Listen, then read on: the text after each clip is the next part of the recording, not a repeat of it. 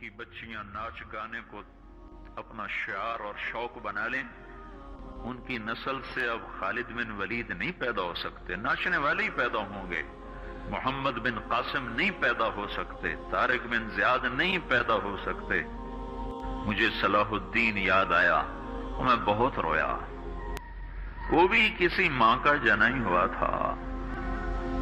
اس کے زمانے میں کرک، ایک ہمارے پاکستان میں کرک ہے، ایک اردن میں کرک ہے، اونچی پہاڑی پر وہ شہر ہے، بڑا دشوار قلعہ ہے۔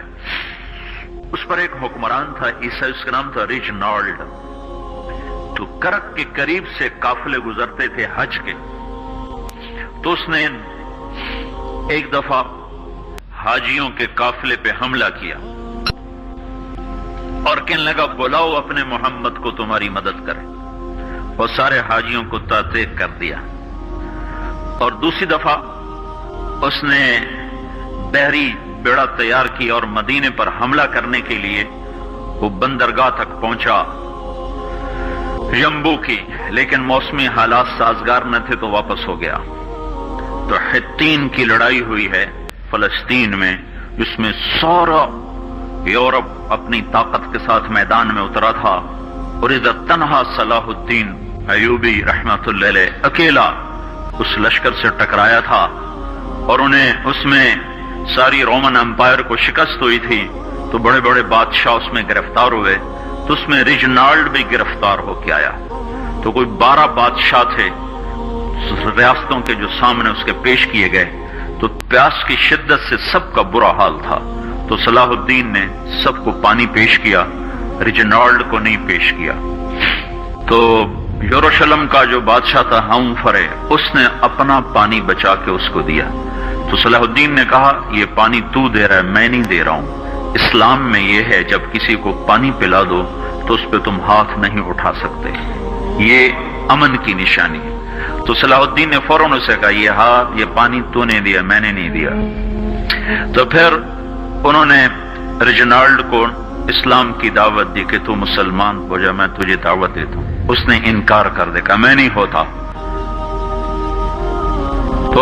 تو انہوں نے کہا میں نے تیرے قتل کی 2 دفعہ قسم کھائی تھی، ایک جب تو مدینے پہ حملہ آور ہوا تھا تو میں نے قسم کھائی تھی میں تجھے اپنے ہاتھوں سے قتل کروں گا، اور دوسری دفعہ جب تم نے حاجیوں پہ حملہ کر کے کہا تھا بلاؤ محمد کو، تو میں نے قسم کھائی تھی کہ مجھے اللہ نے موقع دیا تو میں اپنے ہاتھ سے تیری گردن اڑاؤں گا۔ آج محمد کا ادنا غلام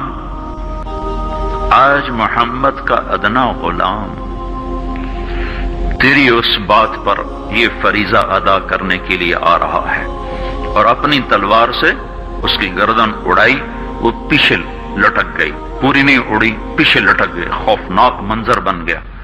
تو سارے بادشاہوں پہ کب کبھی طاری ہو گئی۔ تو صلاح الدین فرمانے لگے ہمارے مذہب میں یہ نہیں ہے، بادشاہوں کے ساتھ ہم بادشاہوں جیسا ہی سلوک کرتے ہیں، پر یہ حدود سے آگے چلا گیا تھا۔ اب مجھے یہ قصہ بھولا ہوا تھا، مجھے انہی حادثوں میں، انہی ہنگاموں میں وہ یاد آیا، تو بعد تنہائیوں میں بیٹھ کے بے بسی کے آنسو بہ جاتے ہیں، اور اس کے سوا کوئی چارہ نہیں ہے۔ ہماری ساری نسل موسیقی میں ڈوب چکی ہے، جو بدن سرتال پہ تھرکتے ہوں، جو بدن موسیقی کے اوپر ہلتے ہوں، رقص میں آتے ہوں، ان پہ کانٹے ہی اگیں گے، ان پہ صلاح الدین کا پھول نہیں اگ سکتا، ان میں محمد بن قاسم کے پھول نہیں اگ سکتے۔ بانجھ ہو گئی ہے ہماری نسل، اور یہ یورپ کا سحر ہے جو چل گیا ہے، ہماری بے بسی ہے، ہماری بے بسی ہے۔ میں تو بس منت ہی کروں گا اپنے آپ کو پہچانو، اپنی ہستی حیثیت کو پہچانو، اپنی نسبت بدلو۔ تمہاری نسبت یورپ کے ساتھ ہو کے اگر موت آئی بے قیمت ہو جائیں گے، اگر مدینے والے کی نسبت مل گئی تو حضرت فاطمہ کے دائیں بائیں تمہیں بھی کھڑا کر دیا جائے گا، حضرت خدیجہ کے دائیں بائیں تمہیں بھی کھڑا کر دیا جائے گا۔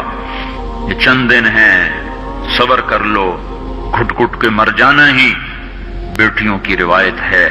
مشرق کی بیٹی اس نے گھٹ گھٹ کے مرنا ہی سیکھا ہے۔